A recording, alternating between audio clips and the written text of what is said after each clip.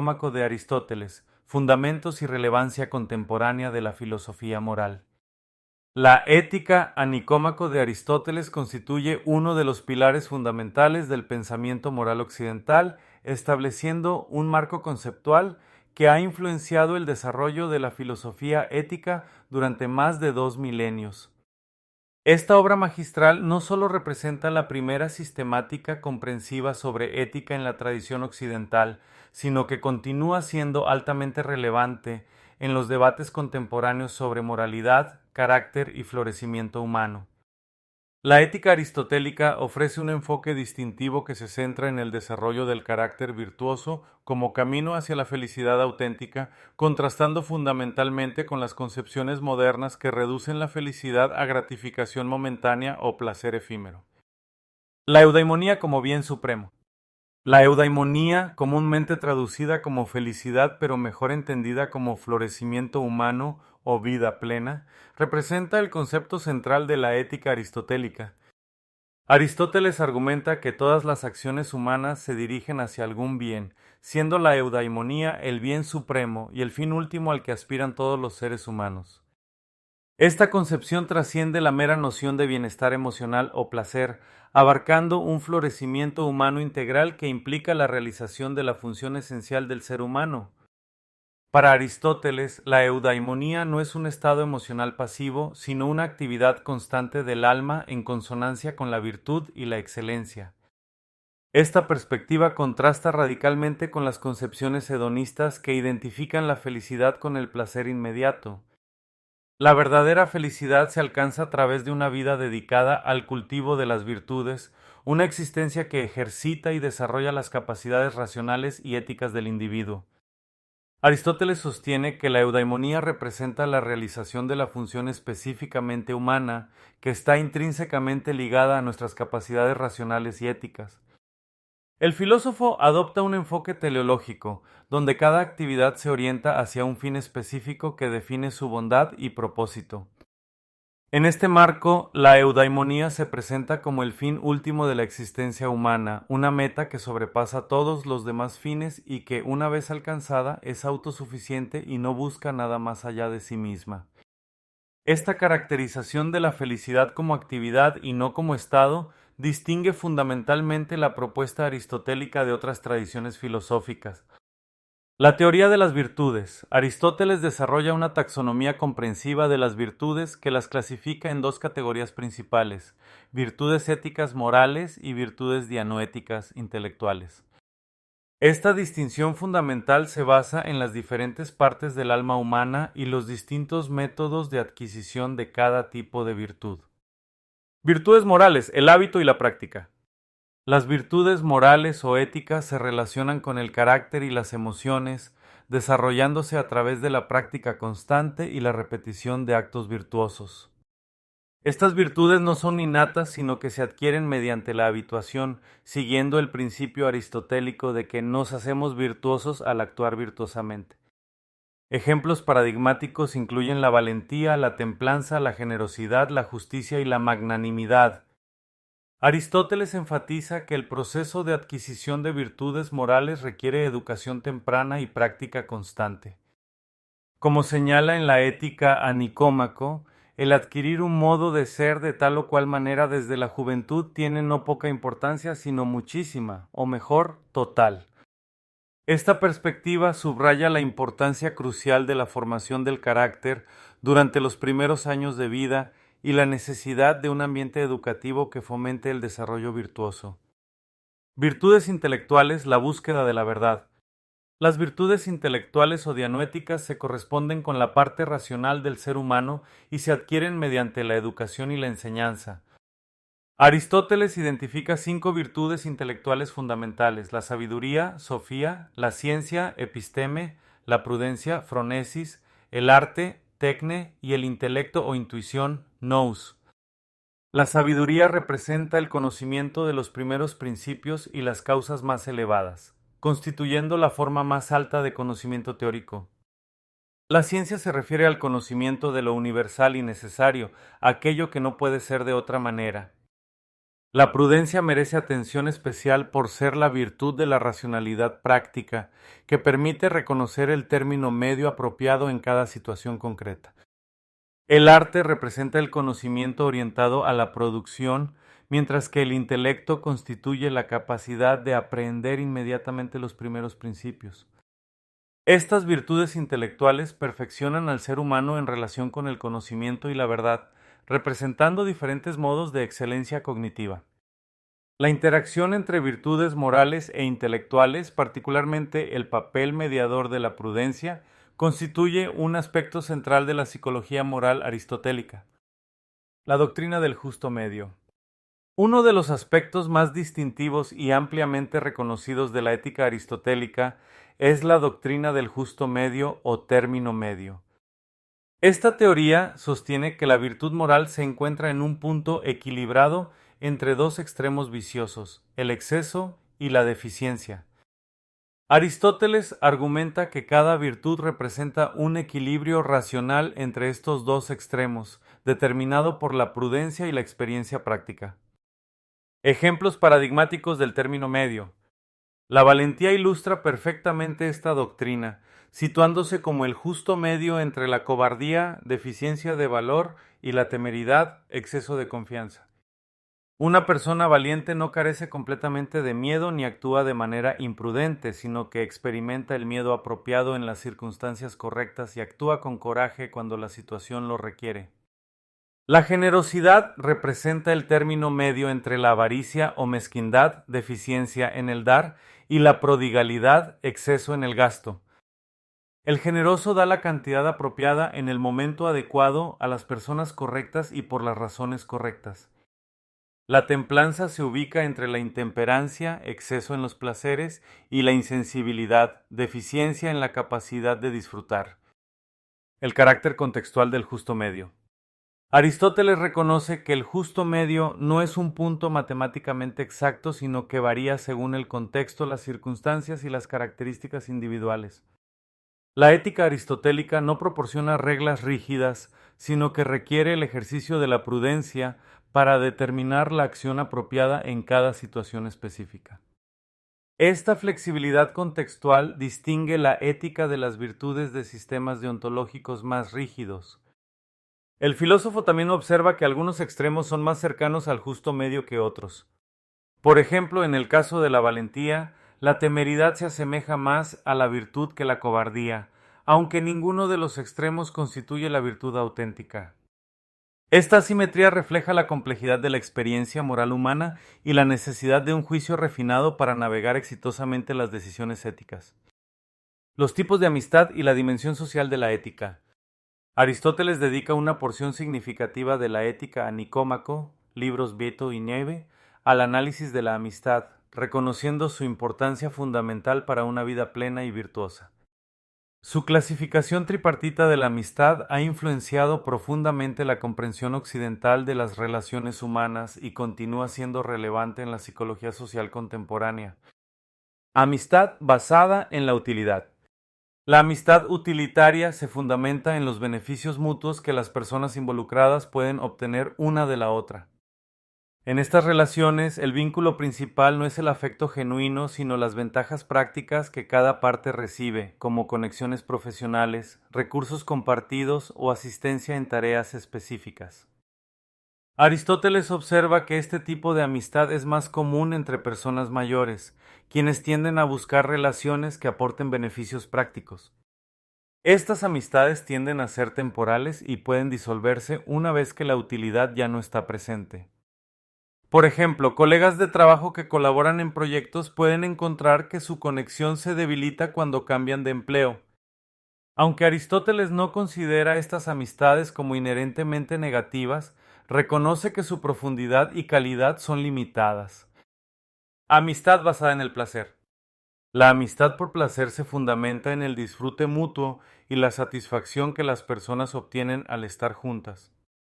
El vínculo principal es la alegría de compartir tiempo, la diversión o el entretenimiento que cada persona experimenta en compañía de la otra. Aristóteles nota que este tipo de amistad es más común entre los jóvenes, quienes tienden a vivir guiados por sus emociones y la búsqueda de experiencias placenteras. Ejemplos incluyen compañeros de actividades recreativas, miembros de clubes deportivos o personas que comparten hobbies. Al igual que las amistades utilitarias, las amistades por placer tienden a ser más efímeras y pueden disolverse cuando los intereses cambian o el placer compartido disminuye. Sin embargo, estas relaciones juegan un papel crucial en el bienestar emocional y social, proporcionando momentos de alegría y escape de las presiones cotidianas. Amistad basada en la virtud. La amistad virtuosa representa la forma más elevada y valiosa de amistad según Aristóteles. Este tipo de relación se fundamenta en el carácter moral de las personas involucradas y su apreciación mutua de la bondad y la virtud. Los amigos virtuosos se valoran entre sí por quienes son realmente, no por lo que pueden proporcionar en términos de utilidad o placer.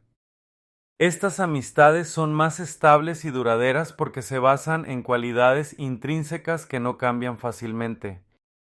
Requieren tiempo considerable para desarrollarse, ya que conocer verdaderamente el carácter de alguien y construir confianza mutua es un proceso gradual. Aristóteles argumenta que solo se pueden tener pocas amistades de este tipo debido a las limitaciones de tiempo y la intensidad emocional requerida. La amistad virtuosa no solo proporciona compañía, sino que también contribuye al crecimiento moral de ambas partes. Los amigos virtuosos se ayudan mutuamente a desarrollar su carácter y a vivir de acuerdo con las virtudes, creando una sinergia que beneficia tanto el desarrollo individual como el bien común. El ser humano como animal político.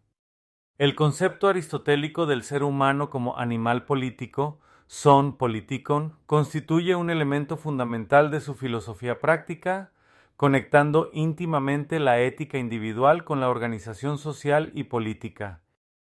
Esta caracterización no se refiere meramente a la participación en actividades políticas partidarias, sino a la naturaleza fundamentalmente social del ser humano y su necesidad de vivir en comunidades organizadas.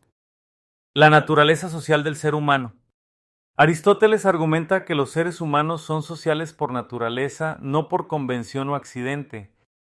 Esta socialidad se manifiesta en varias dimensiones: la necesidad de comunicación, los humanos poseen logos o lenguaje racional, la dependencia mutua para la supervivencia y protección, y la capacidad de distinguir entre lo justo y lo injusto, el bien y el mal.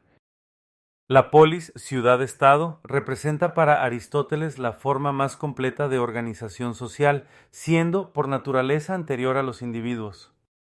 Esta anterioridad no es temporal sino esencial. El todo, la polis, es necesariamente anterior a las partes, los individuos, porque el ser humano aislado no puede ser autosuficiente. Como señala Aristóteles, quien no puede vivir en comunidad o es una bestia o un dios. La realización de la virtud en contexto social. La dimensión política de la naturaleza humana se conecta directamente con la ética porque la virtud solo puede realizarse completamente en el contexto de la comunidad política. Las virtudes como la justicia, la magnanimidad y la amistad cívica requieren de otros para su ejercicio y perfeccionamiento. La ética individual y la política no son ámbitos separados, sino aspectos complementarios del florecimiento humano. El objetivo tanto de la ética como de la política es el mismo: promover la felicidad y el bien común. Mientras la ética se enfoca en la felicidad individual a través del desarrollo del carácter virtuoso, la política se ocupa de crear las condiciones sociales e institucionales que permitan a todos los ciudadanos desarrollar sus virtudes y alcanzar la eudaimonía. La estructura de la ética a Nicómaco. La ética a Nicómaco está organizada en 10 libros que desarrollan sistemáticamente los temas centrales de la filosofía moral aristotélica. Esta estructura refleja la metodología aristotélica de proceder de lo general a lo específico, estableciendo primero los principios fundamentales antes de examinar casos particulares. Los primeros libros, fundamentos teóricos. El libro primero establece los fundamentos conceptuales, examinando la naturaleza del bien supremo y definiendo la felicidad como el fin último de la vida humana. Aristóteles diferencia aquí entre diversos tipos de bienes y argumenta que la eudaimonía es el único bien verdaderamente autosuficiente. El libro Sendo desarrolla la teoría general de las virtudes, introduciendo la distinción entre virtudes éticas e intelectuales y explicando cómo las virtudes morales se adquieren a través del hábito. El libro tercero analiza la naturaleza de la acción voluntaria e involuntaria, estableciendo los prerequisitos para la responsabilidad moral. También examina las virtudes específicas de la valentía y la templanza como ejemplos paradigmáticos del justo medio. Virtudes específicas y justicia. Los libros Quepato y P examinan virtudes particulares más allá de la valentía y templanza. El libro 4 analiza la generosidad, magnificencia, magnanimidad y otras virtudes relacionadas con las emociones y las interacciones sociales. El libro 5 se dedica enteramente a la justicia, que Aristóteles considera la virtud más importante y comprensiva. Aquí distingue entre justicia distributiva y correctiva, desarrollando una teoría sofisticada de la equidad y el derecho. Virtudes intelectuales y amistad. El libro sexto presenta un análisis detallado de las virtudes intelectuales, crucial para entender la psicología moral aristotélica. El libro séptimo examina la incontinencia y el placer, abordando problemas relacionados con la debilidad de la voluntad. Los libros 8 y 9 constituyen un tratado comprensivo sobre la amistad, analizando sus diferentes tipos y su relación con la vida virtuosa. La vida contemplativa. El libro X concluye la obra retomando el tema de la felicidad e introduciendo la distinción entre la vida de actividad práctica y la vida contemplativa. Aristóteles argumenta que la contemplación filosófica representa la forma más alta de felicidad, aunque reconoce que la mayoría de las personas encuentran su realización en la vida de actividad virtuosa en la comunidad política. Influencia en el pensamiento ético contemporáneo. El resurgimiento de la ética de las virtudes. Durante gran parte de la era moderna, la ética aristotélica ocupó una posición relativamente marginal en la filosofía académica, eclipsada por las tradiciones deontológicas kantianas y consecuencialistas utilitaristas. Sin embargo, el siglo XX presenció un resurgimiento notable de interés en la ética de las virtudes, iniciado por el influyente artículo de Elizabeth Anscombe Modern Moral Philosophy, 1958. Alasdair MacIntyre consolidó este renacimiento con su obra Tras la virtud, 1981, donde formula una crítica devastadora a la filosofía moral moderna. MacIntyre argumenta que el proyecto ilustrado de fundamentar la moralidad en principios racionales universales ha fracasado, produciendo ideales abstractos que no se refieren a ningún escenario concreto y, en consecuencia, no convencen ni mueven a actuar. Su propuesta de retorno a la ética aristotélica se basa en la necesidad de nuevas formas de comunidad que configuren determinados modelos de persona y nos permitan hablar de virtudes. Desarrollos académicos contemporáneos. La Virtue Ethics contemporánea ha sido desarrollada por filósofos como Rosalind Hursthouse, Michael Sloat y Philippa Foot. Estos pensadores consideran que la teoría ética aristotélica, con las necesarias modificaciones, constituye el mejor modelo de ética normativa, superior tanto al consecuencialismo como a la deontología. Su trabajo se centra en adaptar los conceptos aristotélicos a los contextos morales contemporáneos, abordando temas como la bioética, la ética ambiental y los derechos humanos. La ética de las virtudes contemporáneas se opone especialmente a las tesis kantianas, considerándolas excesivamente formalistas. Su propuesta centra la moralidad en el bien humano, retornando a las éticas de carácter teleológico que enfatizan el desarrollo del carácter y la realización de la naturaleza humana. Aplicaciones en psicología positiva. La psicología positiva, desarrollada por Martin Seligman y otros, representa una aplicación empírica contemporánea de conceptos aristotélicos.